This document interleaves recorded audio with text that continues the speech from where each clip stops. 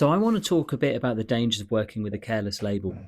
Now, this is a slightly nebulous subject, which is a little bit harder to unpack for me than normal, so forgive me if I ramble a little bit, but it's quite complicated.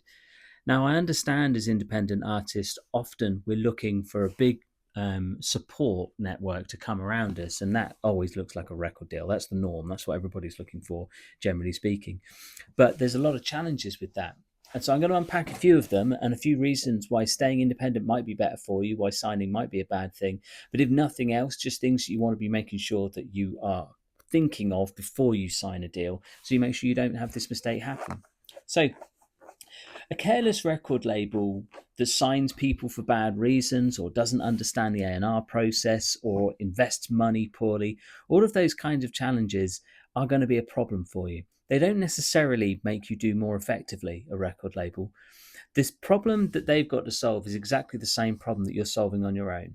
You've got to build a real, legit audience as an artist. And so you need to be engaging well with the audience. You need to be able to create good social content. You need to be able to perform brilliantly live. And above all, you need the music to be absolutely fantastic. Now, most of that stuff, a label actually doesn't help that much with. The thing that they can be really fantastic for is bringing funding. They can bring more hands to the deck. They bring people with experience. They bring people who've made lots of mistakes in the past that hopefully you can avoid. So they bring a lot of stuff.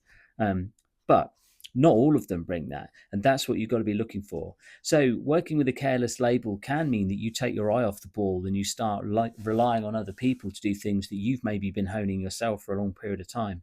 So it's not at all unusual that an artist will start working with a record label and actually find that they're doing worse as a result because they've taken their eye off the ball when it comes to their social content, because they're spending less time and energy on their merch, on working with their fans.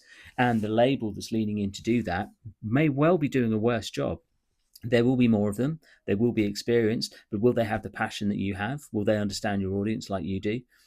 So I'm not saying that you shouldn't work with record labels. They're an incredibly valuable tool, and the right label with the right artist at the right time are a phenomenal match and will hugely accelerate your career. But don't assume that's the case. There are some labels with really good reputations, but even those, if they're not the right fit for you as an artist, won't make sense.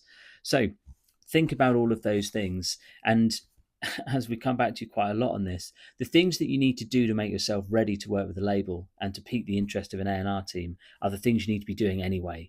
It's about getting really good at making the best music in the world. The music has got to be phenomenal. It's about getting really good at performing it live, and it's about getting really good at building an online audience. If you can do all of that stuff, A, you don't need a label, but B, when you do find a label, you'll be able to tell whether you think they're going to up your game there as well.